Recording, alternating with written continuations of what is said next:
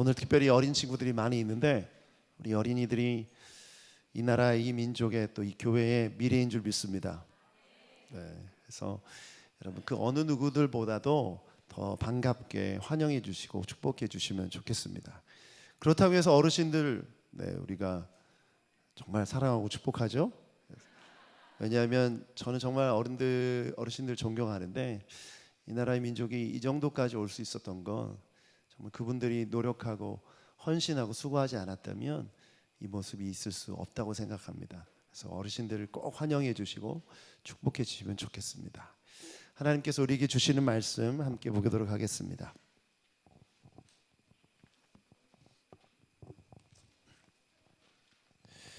에베소서 3장 14절부터 21절까지 말씀 자막을 보시면서 또 성경을 보시면서 함께 교독하도록 하겠습니다. 14절 말씀을 제가 먼저 읽겠습니다. 이러므로 내가 하늘과 땅에 있는 각 족속에게 그의 영광의 풍성함을 따라 그의 성령으로 말미암아 너희 속사람을 능력으로 강건하게 하시오며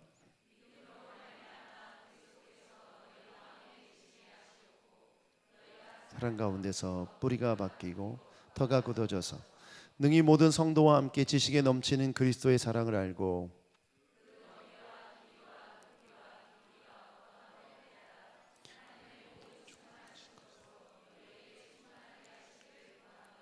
우리 가운데 역사하시는 능력대로 우리가 구하거나 생각하는 모든 것에 더 넘치도록 능히 하실 이에게 교회 안에서와 그리스도 예수 안에서 영광이 대대로 영원 무기하기를 원하노라. 아멘. 아멘. 저는 무릎 수술을 얼마 전에 했습니다. 그때 수술 받을 때 저희 주치의 선생님께서 저한테 그런 얘기 하시더라고요. 목사님은 무릎에 할 수 있는 모든 수술을 다 했습니다. 이제 남은 수술은 인공관절을 넣는 것입니다. 그 얘기를 하시더라고요. 그래서 그렇구나. 이제 무릎을 잘 아껴서 써야 되고 조심해야 되는구나. 그때부터 제가 못하기 시작한 게 운동입니다. 사실은 제가 과격한 운동을 좋아해요. 농구 좋아하고 축구 좋아하고 이 활동적인 운동들을 좋아하는데 그때부터 운동을 못하게 되었고 또 하나 못하게 된 게 무릎을 꿇고 기도하는 거였어요. 무릎을 꿇고 기도하는 걸 못하게 되어서 그때부터는 제가 서서 혹은 앉아서 기도했었습니다. 그런데 제가 교회 개척의 사명을 받고 교회 개척을 시작할 때 여러분 지금 이렇게 공간이 아름답게 정리되어 있지만 여기가 아무것도 없을 때 저와 제 아내가 여기 와서 새벽마다 기도했거든요. 그리고 하나님 앞에 나아갈 때 무릎이 꿇어지더라고요. 정말 간절하니까 무릎이 아파서 안 꿇어질 줄 알았더니 무릎이 꿇어지더라고요. 왜 이렇게 될까? 왜 이렇게 무릎을 꿇을 수 있었을까 봤더니 저의 간절함이 저희 몸의 태도로 나타났던 것입니다. 오늘 바울 사도가 기도하는 기도문이 나와 있어요. 14절부터 21절까지는 바울 사도가 기도하는 내용인데 바울이 어떻게 기도하고 있습니까? 아버지 앞에 무릎을 꿇고 비노니.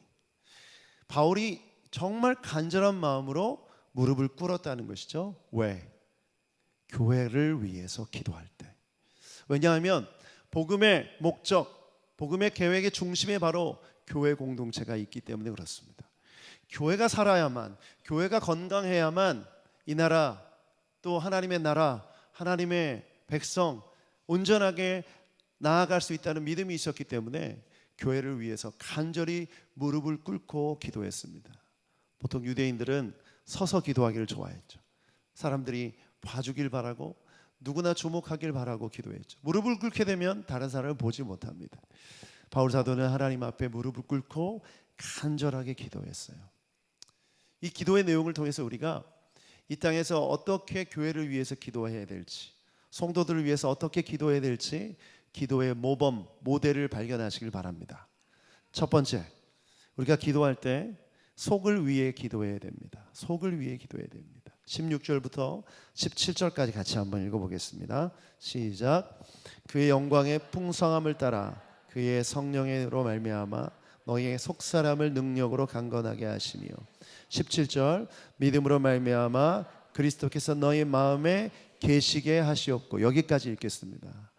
그리스도께서 너희 마음에 계시게 하시옵고. 이 말씀을 통해서 바울의 기도의 초점이 어디 있는지를 보게 됩니다.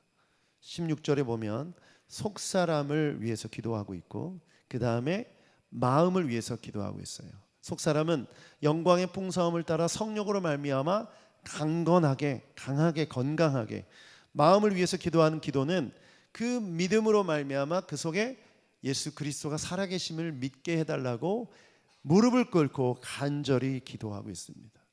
왜 이렇게 기도하는 것인가? 겉보다 속이 더 중요하기 때문입니다.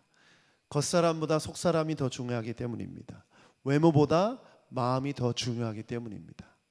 사람들은요, 이 눈을 가지고 있기 때문에 육체의 눈을 통해서 보이는 것이 전부인 줄 믿어요. 믿는 우리들도 아닌 줄 알면서도 거기를 따라가게 되고 그것에 지배받게 되어 있습니다. 저는 세상을 두 가지로 나누라고 한다면 보이는 것과 보이지 않는 것으로 나눌 수 있다고 생각해요. 보이는 것 대부분 영원하지 않은 것들입니다. 다 사라질 것입니다. 보이지 않는 것은 영원한 것들이죠. 그런데 사람들은 보이는 것이 나를 행복하게 해주고 보이는 것이 전부인 줄 알고 그것을 따라갑니다. 그런데 정작 우리를 행복하게 하고 우리를 기쁘게 하고 우리를 만족시키는 것은 바로 보이지 않는 것에 있습니다. 그렇기 때문에 우리가 사람을 바라볼 때도, 자기 자신을 바라볼 때도 내 겉사람, 내 겉모습이 아닌 내 속사람이 중요하다는 것을 깨달아야 됩니다. 여러분, 여러분의 겉사람 오늘 보니까 멀쩡해 보이세요. 주일날 예배드리러 오기 위해서 세수도 하셨을 것 같고 우리 자매님들은 화장도 예쁘게 하신 것 같아요. 네, 전의 모습과 좀 구분이 안 될 정도로 예쁘게 하신 분도 계신 것 같아요.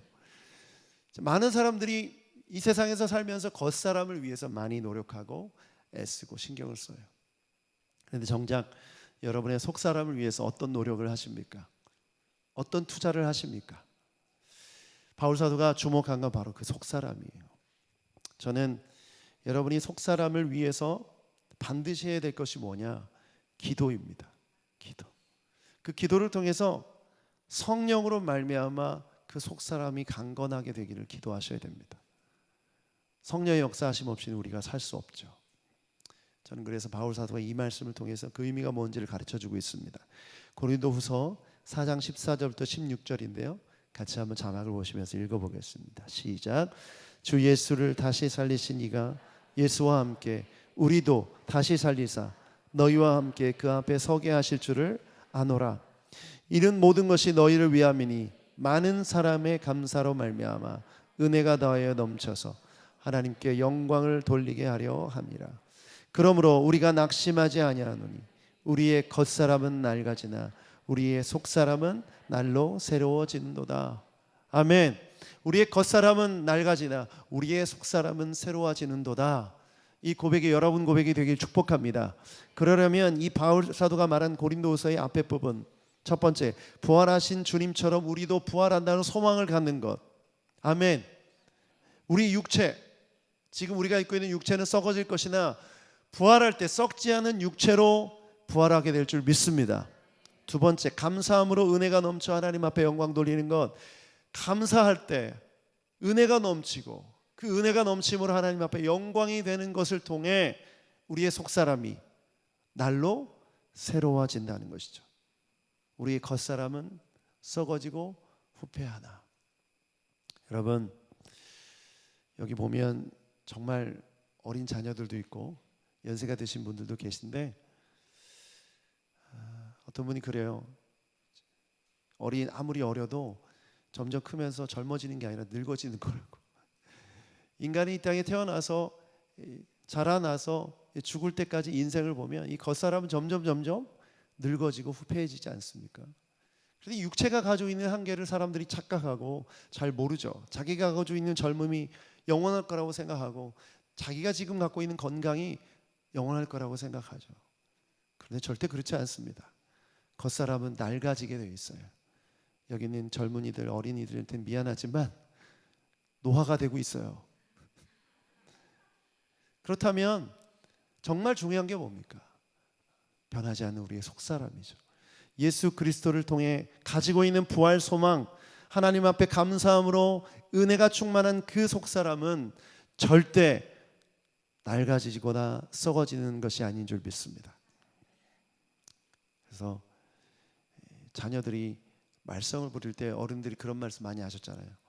속 썩인다. 예수 그리스도를 믿지 않고 감사가 없고 부활하심에 대한 소망이 없으면 속이 썩는 거예요. 세상 괴로움 앞에서. 그러나 반대로 예수 그리스도의 복음이 있고 부활의 소망이 있다면 절대 썩어지지 않는 줄 믿습니다. 지난 월요일에 저희 어머니를 모시고 병원에 갔어요. 저희 어머니가 얼마 전부터 안 좋으셨는데 손이 떨리는 증상이 있어서 정확한 진단을 하기 위해서 병원에 갔는데 파킨슨이라는 진단을 받았습니다. 올해 71세신데 다른 부분은 다 괜찮은데 이 파킨슨이라는 진단을 받고 보니 제 마음이 너무 안 좋더라고요. 어렸을 때 말썽만 피우고 어머니 속을 썩였던 아들로서 너무 마음이 안 좋아서 괴로웠어요. 그래서 그날 그 다음 날 새벽에 아침에 나와서 무릎 꿇고 기도하는데 갑자기 이 말씀이 생각나는 거예요. 우리 겉사람은 후패해지나 우리의 겉사람은 썩어지나 속사람은 날로 새로워진도다. 어머니가 이제 점점 파킨슨의 증상들이 나타날 텐데 저는 그것은 겉사람이라고 생각합니다. 어머니의 그 속사람, 그 영혼, 하나님께서 구원받은 그 생명은 날로 새로워질 줄 믿습니다. 그 믿음을 고백하며 기도했어요.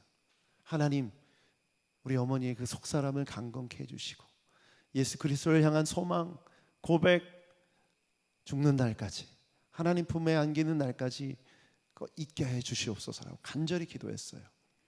제가 더 그렇게 간절히 기도하게 된 이유가 뭐냐면 제가 우연히 치매에 걸린 어머니, 그 어머니 때문에 괴로워하고 슬퍼하는 아들의 모습을 유튜브 영상에서 본 적이 있어요. 그 아들이 절규하면서 울면서 그런 얘기를 하는 거예요. 자기를 못 알아보는 어머니를 보면서 너무나 괴로워하는 거예요. 함께 나눴던 추억을 전혀 기억하지 못하는 어머니를 보면서 너무 괴로워하는 모습을 보면서 제 마음 가운데 두려움이 임하더라고요. 나에게도 이런 일이 이러려니까. 그런데 여러분, 저는 믿습니다. 하나님께서 우리의 겉사람이 아니라 우리의 속사람을 지켜 보호하실 줄 믿습니다. 그 믿음이 생기면서 아침마다 기도하고 있어요. 성령님, 우리 어머니의 속사람을 강건케 해주시옵소서. 성령님 도와주시옵소서. 오늘 여러분 중에 육체의 질병이나 고통이나 우리를 힘들게 하는 어떤 것들이 있는 분들이 계실지 몰라요. 그런데 여러분, 정말 중요한 것은 우리의 겉사람이 아니라 속사람인 줄 믿습니다. 정말 중요한 것은 여러분의 마음인 줄 믿습니다. 여러분의 마음을 지키셔야 합니다. 여러분의 마음이 날로 새로워져야 됩니다. 그러려면 오늘 이 말씀, 영광의 풍성함을 따라 성령으로 말미암아, 고린도 후서를 통해서 배우는 말씀, 부활하신 주님처럼 우리도 부활할 것이다. 날마다 주님 앞에 감사하고 날마다 주님 앞에 나아갈 때 우리의 속사람이 새로워지는 줄 믿습니다. 여러분이 겉으로 예배하는 모습, 예배에 참석하고 기도하고 종교적인 활동이 여러분의 속사람을 강건케 하는 게 아니에요. 겉으로는 그런 모습을 보일지라도 그 속이 하나님 앞에 살아있어야 됩니다. 그래서 저는 우리 교회, 새노래교회는 이 겉을 중요시하는 교회가 아니라 속을 중요시하는 교회가 되길 원합니다. 한 사람 한 사람이 서로 사랑하고 서로 축복하고 하나님의 그 사랑, 그리스도의 사랑을 나누는 교회. 수많은 교회들이 교회 건물을 자랑하고 교회 시스템을 자랑하고 겉모습을 자랑할 때 저는 그 속이 어떤지 정말 궁금하더라고요. 그런데 우리 새노래교회는 겉으로 볼 때는 연약해 보이고 부족해 보일지라도 우리의 속사람은 날로 강건해서 하나님 앞에 쓰임받는 여러분 되기를, 교회가 되기를 축복합니다. 그래서 여러분 기도해 주세요. 이 새노래교회가 그런 교회가 되게 해달라고, 속사람이 강건한 교회가 되게 해달라고, 그리고 여러분 스스로를 위해서 그렇게 기도하고 다른 사람을 위해서도 이렇게 기도하시기를 축복합니다. 두 번째, 우리가 기도할 때 바울이 기도했던 기도를 해야 합니다. 두 번째, 사랑을 알도록 기도하십시다. 사랑을 알도록. 17절 뒷부분부터 19절까지 자막을 보시면서 읽어봅시다. 시작.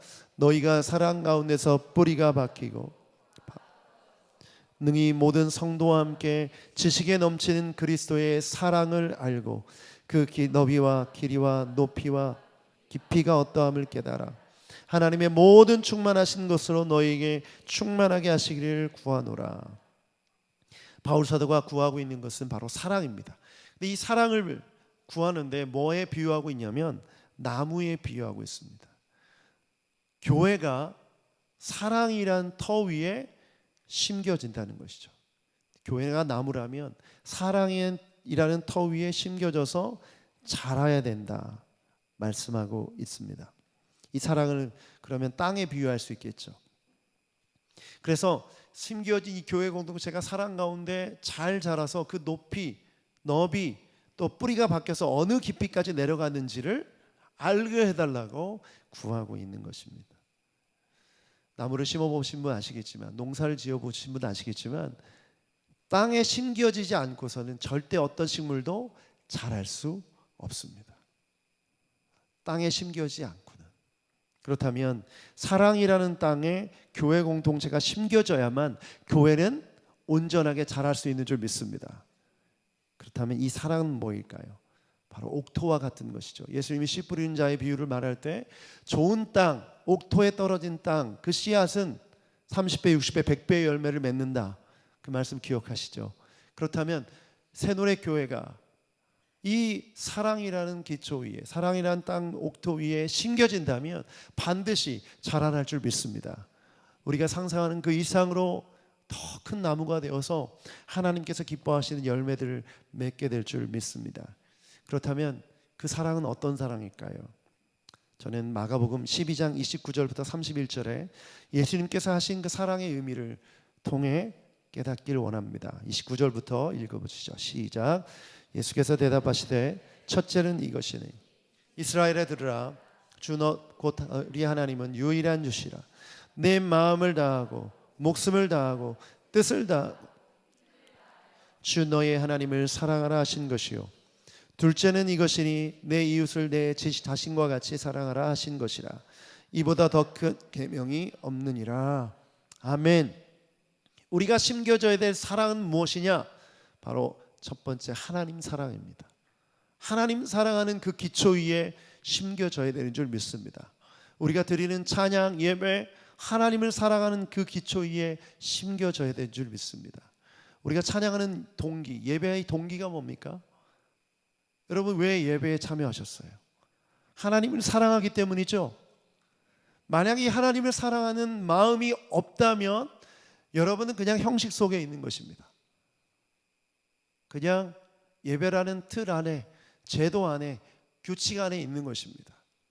이렇게 예배를 드리면 어떻게 될까요? 하나님을 사랑하는 마음 없이 예배 드린다면 종교인이 되는 것이죠. 종교인이 되는 것이에요. 하나님을 인격적으로 사랑할 때 우리의 예배라는 반응, 찬양이라는 반응은 정말 아름답고 하나님께서 받으실 만한 것이 되지만 하나님을 사랑하는 동기 없이 드리는 찬양, 예배, 섬김, 봉사는 다 아무 의미가 없어요. 여러분 하나님 사랑하십니까? 하나님을 믿느냐는 질문이 아니라 하나님을 사랑하냐는 질문이에요. 가인과 아벨의 예배, 그 예배의 차이가 뭘까요? 히브리서는 믿음 때문이라고 말하고 있지만 아벨의 믿음은 정말 하나님을 사랑하는 믿음, 그분의 성품, 하나님을 사랑하시라는 믿음을 갖고 사랑을 드리며 제물을 바쳤기 때문이라고 생각합니다. 가인이 믿음이 없었을까요? 가인도 어렸을 때부터 교육을 받았죠. 가인도 모태신앙입니다. 아버지 어머니로부터 아담과 하와로부터 살아계신 하나님에 대해서 얘기를 들었을 거예요. 그러나 그는 하나님을 사랑하는 마음이 없었어요. 곡식을 드렸기 때문에 하나님이 안 받으신 것이 아니라 그의 마음 가운데 하나님을 인격적으로 사랑하는 마음이 없었기 때문에 그의 제물을 안 받으신 것입니다. 여러분의 헌금도 마찬가지고 여러분의 예배도 마찬가지입니다. 하나님 사랑하는 마음으로 헌금을 드려야 그 헌금이 하나님 앞에 올려지는 제물이 되는 것이죠. 세금 내는 게 아닙니다.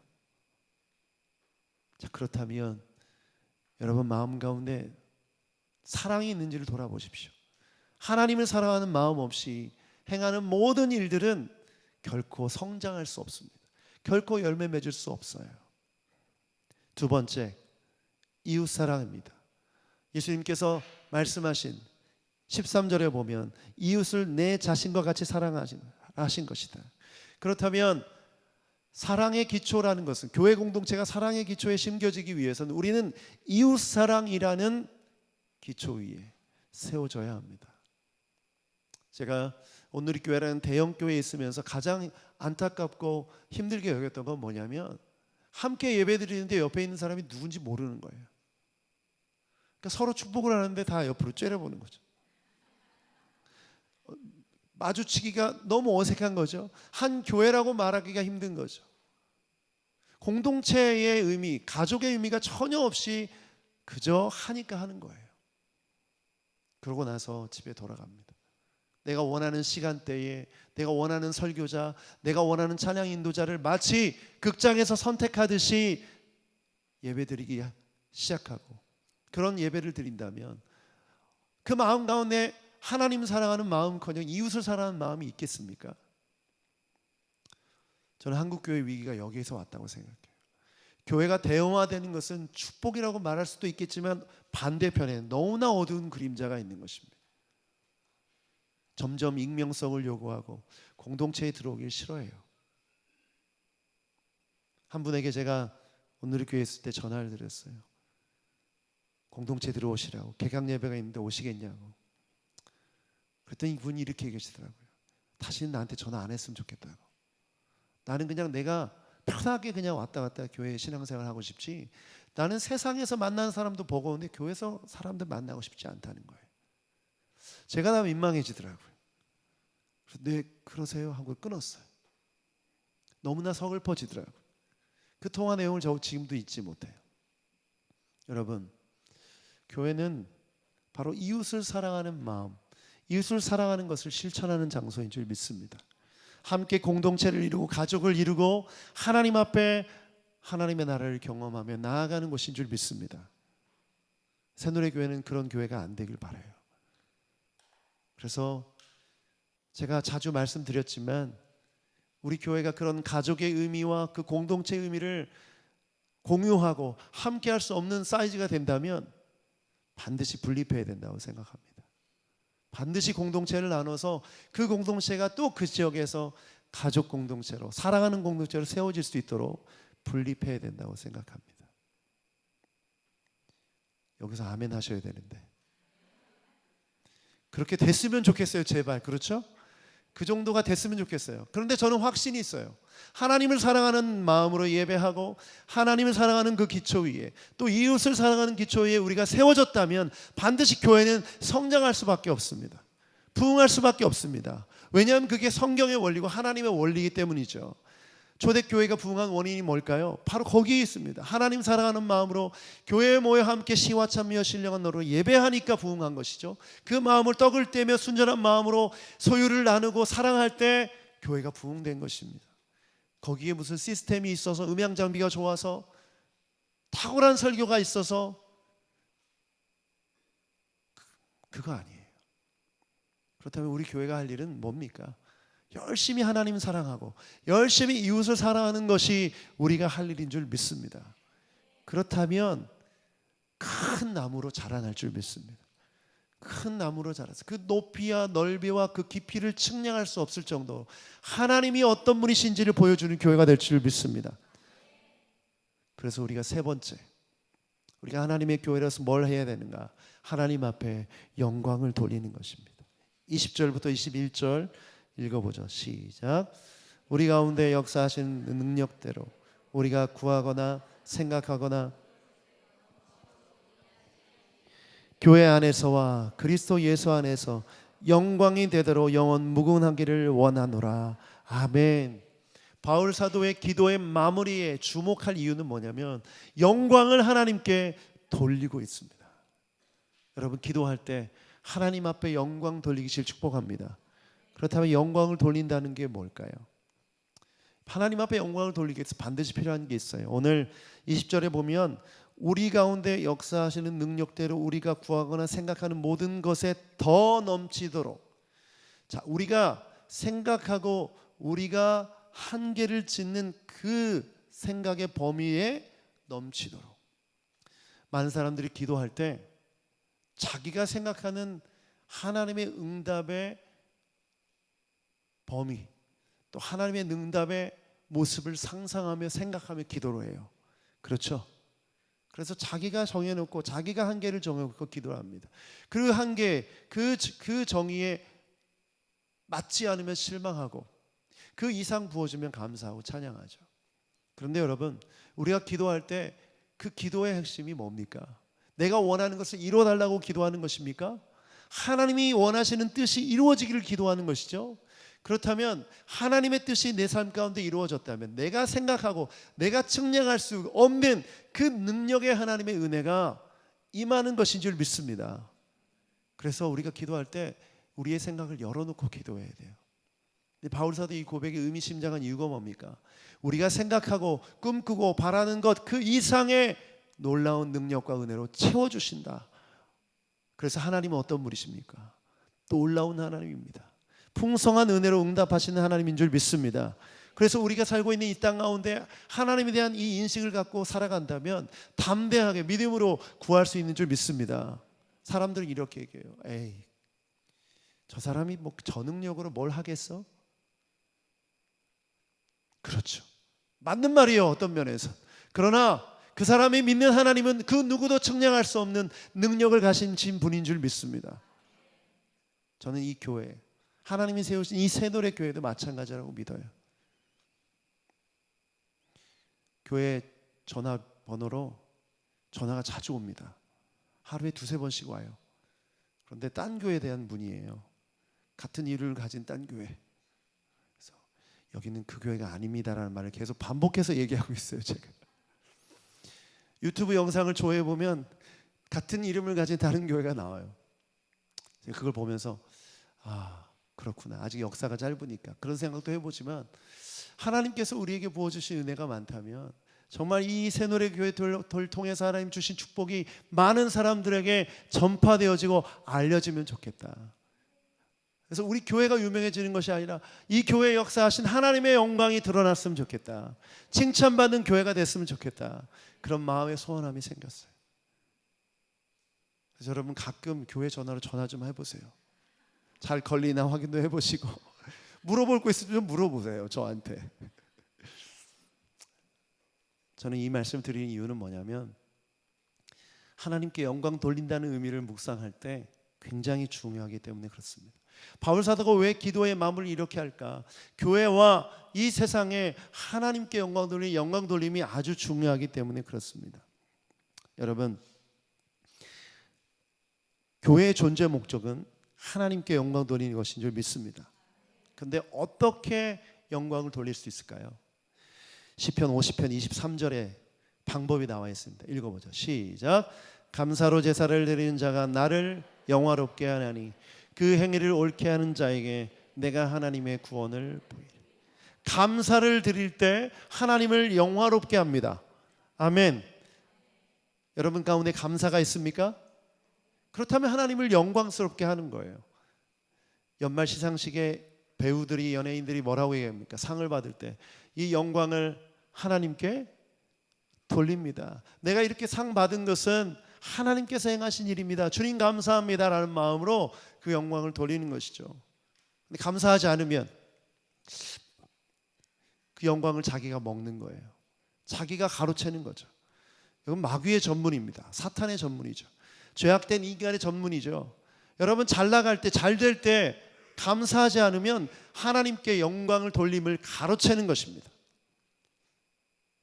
그런데 한국 교회가 모두가 그렇다고 말할 수 없지만 정말 세상에서 누가 봐도 부럽고 잘 나갈 때 그 영광을 하나님 앞에 돌렸다면 이 땅에 있는 많은 그리스도인들이 자기가 받는 영광을 하나님 앞에 돌렸다면 오늘날 믿지 않는 자들에게 이렇게 비난받으며 하나님의 영광이 땅에 떨어진 일이 있었을까요?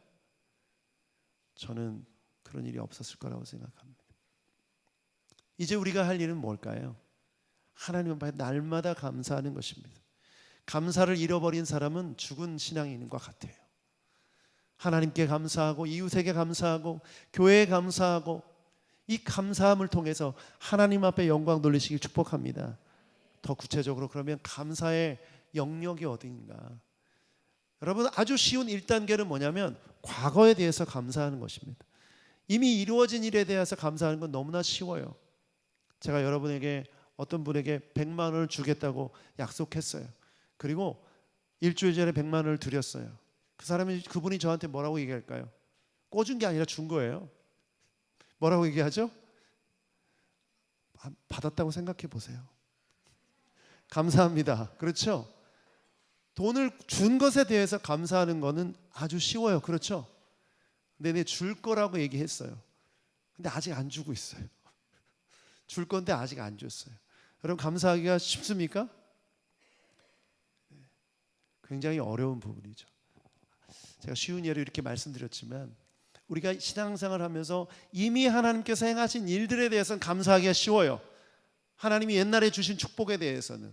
그런데 하나님께서 앞으로 주실 축복, 앞으로 행하실 일들에 대해서 감사하기는 어렵죠. 성경을 보면 감사의 시제가 미래형인 감사가 있어요.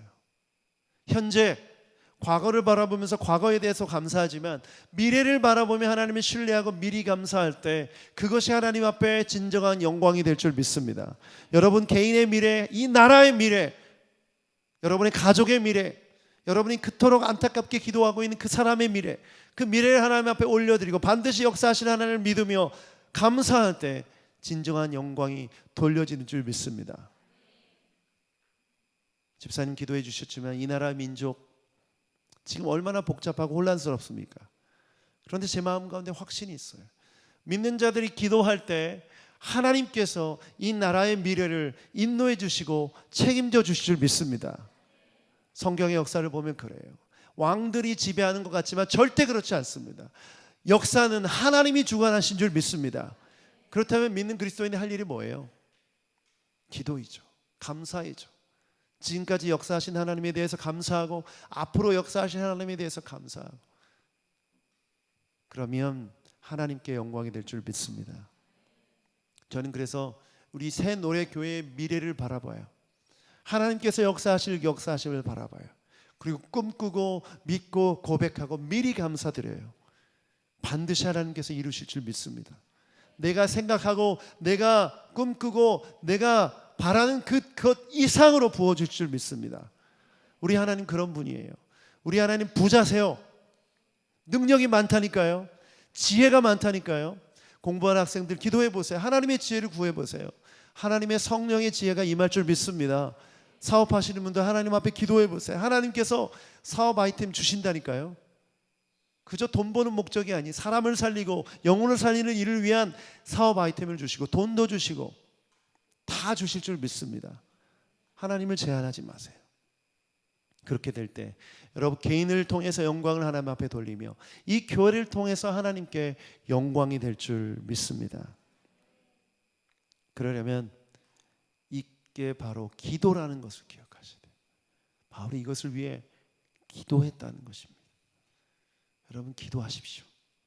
이것을 구해야 합니다. 그래야만 이 일이 여러분의 삶 가운데 교회 가운데 이루어질 줄 믿습니다. 시간 함께 기도하십시다. 함께 기도할 때 하나님, 주님께서 오늘 우리에게 말씀 주심을 감사합니다. 내가 바라고 꿈꾸고 원하는 그것을 위해 정말 간절한 마음으로 무릎 꿇고 기도합니다. 하나님, 내가 생각하는 것보다 그 이상으로 채워주실 주님, 그 영광의 풍성함을 따라 은혜를 채워주실 주님께 감사하게 하여 주시옵소서. 날마다 우리의 속사람이 강건하게 도와주시고 날마다 새로워지게 도와주셔서 하나님의 역사하심을 바라보며 나아가는 우리가 되게 하여 주옵소서. 은혜가 풍성하신 하나님, 지혜가 풍성하신 하나님, 능력이 풍성하신 하나님 앞에 날마다 기도하기를 쉬지 않는 우리가 되게 하여 주시옵소서. 간절한 마음으로 함께 기도하며 나아가십시다. 하나님 아버지, 이 시간 기도하며 나아갑니다. 하나님 우리 가운데 역사하셔서 하나님이 새노래교회를 이곳에 세워주시고 하나님 기도하게 하여 주시니 감사합니다.